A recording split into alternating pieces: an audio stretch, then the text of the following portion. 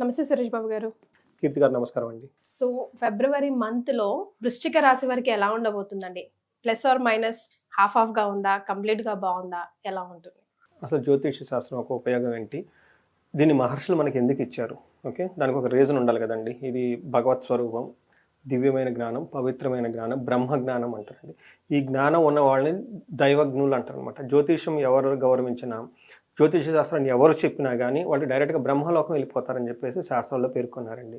అట్లానే రాజులు ఈ శాస్త్రాన్ని గనక ఆదరణ చేస్తే, అంటే పెద్ద పెద్ద బిజినెస్ పీపుల్ కానీ, రాజకీయ నాయకులు వాళ్ళు కనుక పోషించగలిగితే వాళ్ళు కష్టపడి సాధించుకుంటారండి. ఫలం కానివ్వండి, లేదంటే పొలాలు కానివ్వండి, లేకుంటే కీర్తి ప్రదేశాలు అవి వేరే వాళ్ళు దోచుకొని పోరంటండి.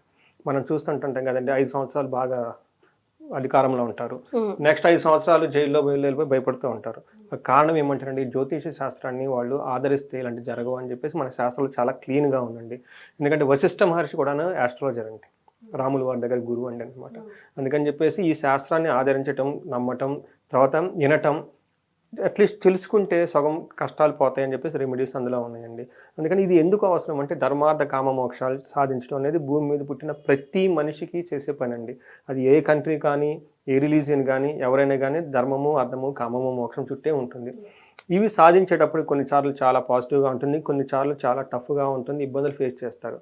ఈ జ్యోతిష జ్ఞానం ద్వారా అవి ముందుగానే తెలుసుకొని ఎలాంటి పరిహారాలు ద్వారా కనుక చిట్కాలు మనం పాటిస్తే వాటిని కూడా మనం అధిగమించి ముందుకెళ్ళొచ్చు అని జ్యోతిష శాస్త్రం వివరించబడిందండి.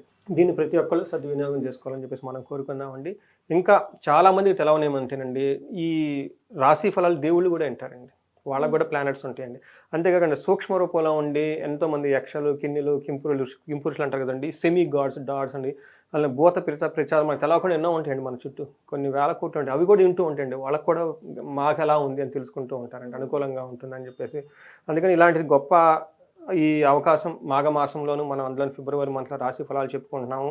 మీ ముఖంగా కీర్తి గారు మాకు అదృష్టం, అలానే మీకు అదృష్టం. మనకి సుమన్ టీవీ ఒక ప్లాట్ఫామ్ ఇచ్చినందుకు వాళ్ళకు కూడాను అష్టైశ్వర్యాలు కలగాలి, ఇది ఉన్న వాళ్ళకి కూడా వాళ్ళ బాధలన్నీ పోవాలని ఒక నమస్కారంతో, ఒక ప్రార్థనతో మనం స్టార్ట్ చేద్దామండి. మనం వృశ్చిక రాశి కనుక చూసుకుంటేనండి, విశాఖ 4వ పాదం, అనురాధ 1, 2, 3, 4 పాదాలు, జ్యేష్ఠ 1, 2, 3, 4 పాదాలు అంతా వృశ్చిక రాశిలో వస్తారండి.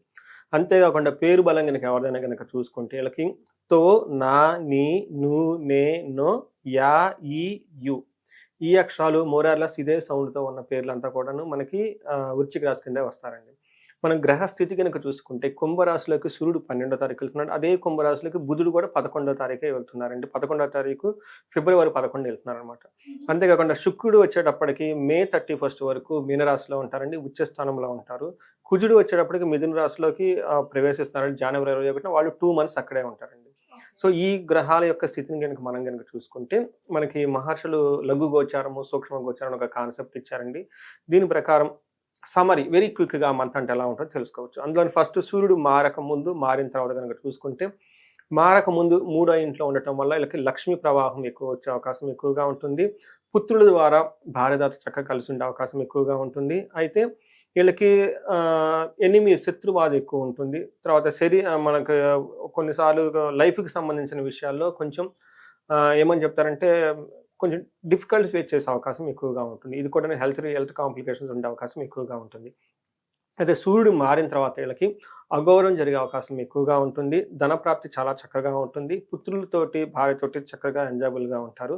ఒక్క విషయంలో కనుక చాలా జాగ్రత్తగా ఉండాలి, డేంజరస్ టు ద లైఫ్, మృతం అంటారు. ఇది కనుక జరిగే అవకాశం ఎక్కువగా ఉంది. 8th హౌస్లో కుజుడు ఉండటం వల్ల, కుజుడు 8th హౌస్లో ఏ గ్రహం ఉన్నా అంత మంచి చేయదండి. అందుకని వీళ్ళు కొంచెం జాగ్రత్తగా ఉండాల్సిన అవసరం ఎక్కువగా ఉందండి. మనం ఇప్పుడు ప్లానెట్ వైజ్ ఎలా ఉందో మనం చూద్దాం. మనకి వీళ్ళకి సూర్యుడు 4వ ఇంట్లో ఉండటం వల్ల, 10th దృష్టితో చూడటం వల్ల ప్రొఫెషనల్ మ్యాటర్స్లో వీళ్ళు చాలా ఎక్స్ట్రీమ్లీ గుడ్గా ఉంటారండి. ప్రమోషన్స్ వచ్చే అవకాశం ఎక్కువగా ఉంటుంది. అప్పటిదాకా ఏదైనా కనుక అచీవ్మెంట్స్ కానీ ఏదైనా ఉన్నా కానీ ఎన్కాష్మెంట్ అయ్యి మెటీరియలైజ్ అయ్యి వాళ్ళకి ఉపయోగం వచ్చే అవకాశం ఎక్కువగా ఉంటుంది. అది బెస్ట్ టైం అనుకోవాలి.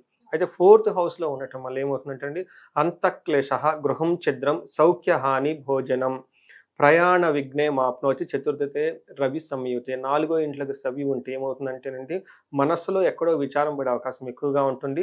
గృహ ఛిద్రం, ఇంటిలో భయం కలిపే అవకాశం, సిచ్యువేషన్ జరిగే అవకాశం ఎక్కువగా ఉంటుంది.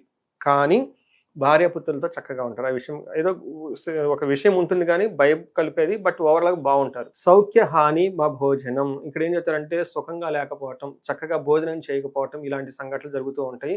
బట్ ఓవరాల్గా కనుక చూసుకుంటే ఇంటికి సంబంధించిన విషయాల్లో కొంచెం అప్సెట్ జరిగే అవకాశం ఎక్కువగా ఉంటుంది. ఇది న్యాచురల్ అండి జ్యోతిష శాస్త్రంలో.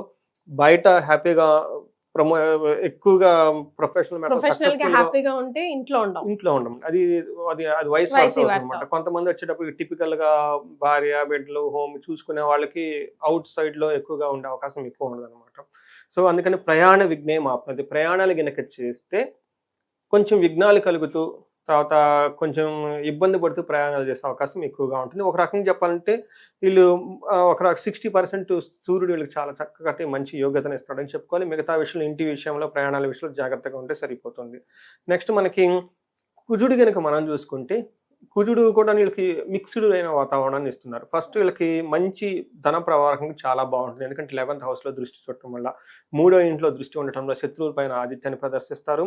ఏ పని చేసినా కానీ ఎగ్దమ్ బిందాస్ పర్ఫెక్ట్ వెళ్ళిపోయి వర్క్ చేసుకునే ఒక సామర్థ్యత శక్తి అంతా ఉంటుంది. కానీ వీళ్ళకి 8th హౌస్లో కుజుడు ఉండటం వల్ల, ఈ కుజుడు కూడా వీళ్ళకి 2 months ఉంటారండి. ఫిబ్రవరి మార్చి వరకు 2 months ఉంటారు. కాబట్టి కొంచెం జాగ్రత్తగా ఉండాలి. ఏమవుతుంది అంటే మనకు మహర్షులు సంస్కృతంలో ఏం చెప్తారంటే ప్రవాస కార్యహాని స్యాత్ కసారోగ పీడనం, తర్వాత రుణనాశనం రుణచ్ఛేద అస్తమస్తే ధారాపుత్ర శుద్ధి అని చెప్పి ఉంటుంది. బుధుడి కనుక 8th హౌస్లో ఉంటే ఏమవుతుంది, విదేశాల్లో ఉండే అవకాశం ఎక్కువగా ఉంటుంది. అంటే దేశాంతరాలు వెళ్ళే అవకాశం ఎక్కువగా ఉంటుంది.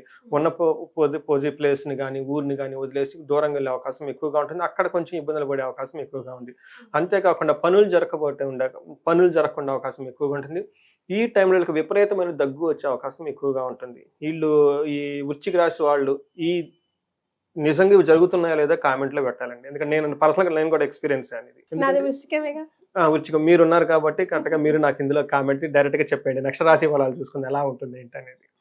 తర్వాత అప్పులు వాళ్ళు కనుక ఇంతకుముందు అప్పులు కనుక చేస్తుంటే అవమానాలు జరిగే అవకాశం ఎక్కువగా ఉందండి.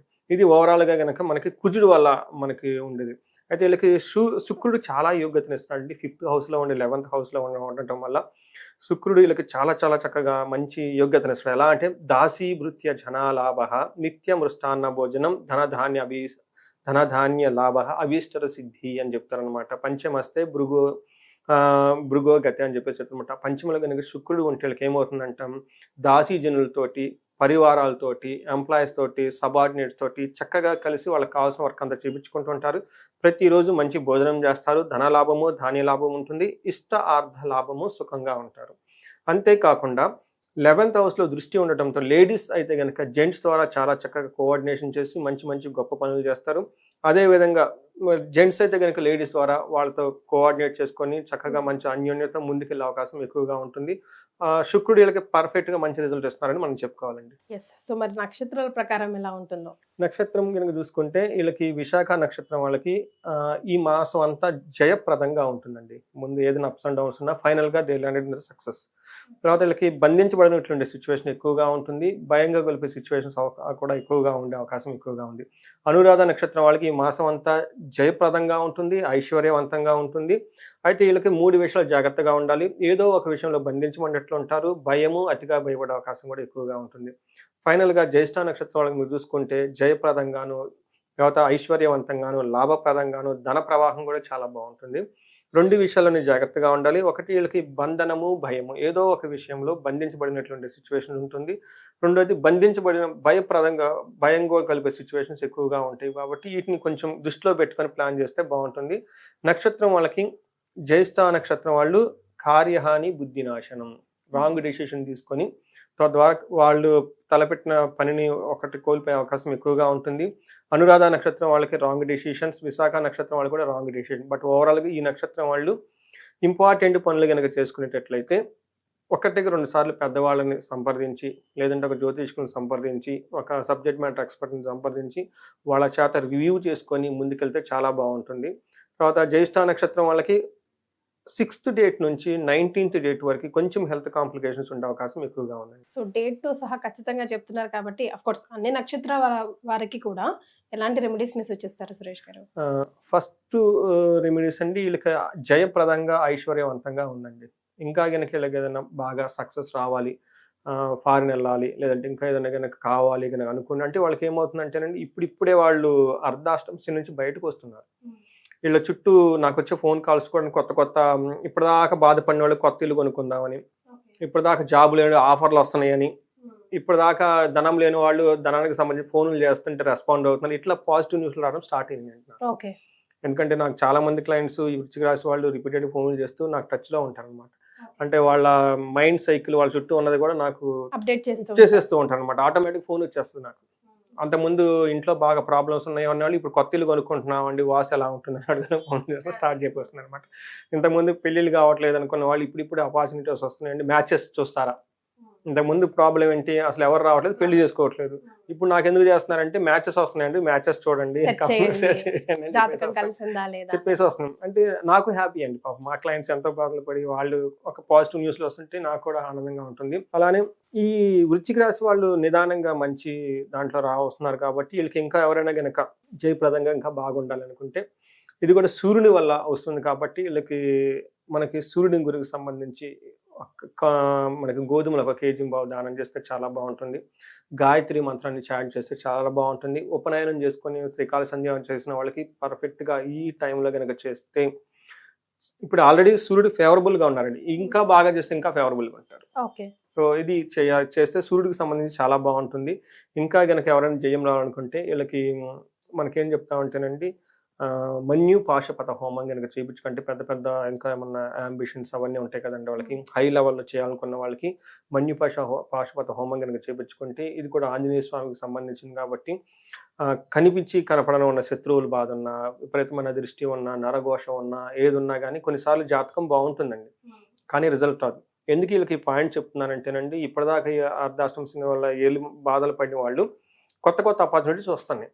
కానీ కొంతమందికి రాలేదు అంటే ఈ గ్రహాలు స్థితి బాగున్నా, లేదంటే మధ్యలో వాళ్ళకి కొంచెం శత్రు బాధ ఎక్కువ, తర్వాత పీడలు దుష్టులు ఇవన్నీ ఉంటాయండి, తిట్లు శాపనార్థాలు, వీటితో లాక్ అయిపోయి నెగిటివ్ ఎనర్జీ ఉంటుంది. దీన్ని కనుక కంప్లీట్గా హోమం ద్వారా తీసేసుకుంటే కొత్తగా ఆపర్చునిటీస్ వచ్చి వాళ్ళు ఎన్కాష్మెంట్ చేసుకుని ముందుకు వెళ్ళిపోతారు. ఆ తర్వాత వీళ్ళకి బంధనము ధనలాభం బాగా చక్కగా ఉందండి. ఎవరైనా కనుక బుధుని వాళ్ళ సాఫ్ట్వేర్ కానివ్వండి, లేదంటే పబ్లిక్ ఫీల్డ్లో ఉన్నవాళ్ళు, తర్వాత యాంకరింగ్ చేసేవాళ్ళు, మూవీలు రైటర్స్, వీళ్ళంతా కనుక ఏదైనా విషయంలో సందిగ్ధత కనుక ఉంటే మనకి పెంజర్ల అని చెప్పేసి మనకి బెంగళూరు హైవే మీద హైదరాబాద్ నుంచి ఒక 30 కిలోమీటర్ దూరంలో అనంత పద్మనాభ స్వామి టెంపుల్ ఉంటుందండి. అక్కడ దర్శించుకొని అక్కడ టైం కనుక స్పెండ్ చేసుకొని అక్కడ ప్రదక్షిణాలు చేసి అక్కడ కనుక ధ్యానం చేసుకోగలిగితే అనంత పద్మనాభ స్వామి యొక్క కృపా కటాక్ష తోటి ప్లస్ అక్కడ మహాలక్ష్మి అమ్మవారు కూడా ఉన్నారు, వాళ్ళకి ధన ప్రవాహం ప్లస్ ఈ వాళ్ళకున్న ఈ ఆటంకాలన్నీ తొలగిపోయి లైఫ్లో ఒక మంచి ఆపర్చునిటీస్ వస్తాయని చెప్పేసి అక్కడికి విజిట్ చేస్తే చాలా బాగుంటుందండి. తర్వాత ఇంకొకటి లాస్ట్లో అండి, ఈ శుక్రుని యొక్క ప్రభావంతో అతిగా భయపడే అవకాశం ఎక్కువగా ఉంది కాబట్టి లేడీస్ అయితే జెంట్స్తో చాలా కేర్ఫుల్గా మాట్లాడాలి, రెస్పెక్ట్ఫుల్గా మాట్లాడాలి. అలాగే జెంట్స్ కనుక అయితే లేడీస్తో చాలా రెస్పెక్ట్ఫుల్గా మాట్లాడుతూ ఏదైనా వివాదం వచ్చినా కానీ దాన్ని ఎక్కువ ప్రొలాక్ చేయకుండా ఉంటే శుక్రవారాలు కొంచెం నియమంగా ఉంటే బాగుంటుంది. Right, thank you so much Suresh గారు. వృశ్చిక రాశి వారికి ఫిబ్రవరి మంత్లో ఎలా ఉంటుంది తెలియజేయడంతో పాటుగా రెమెడీస్ కూడా తెలియజేశారు. ధన్యవాదాలు. ధన్యవాదాలండి.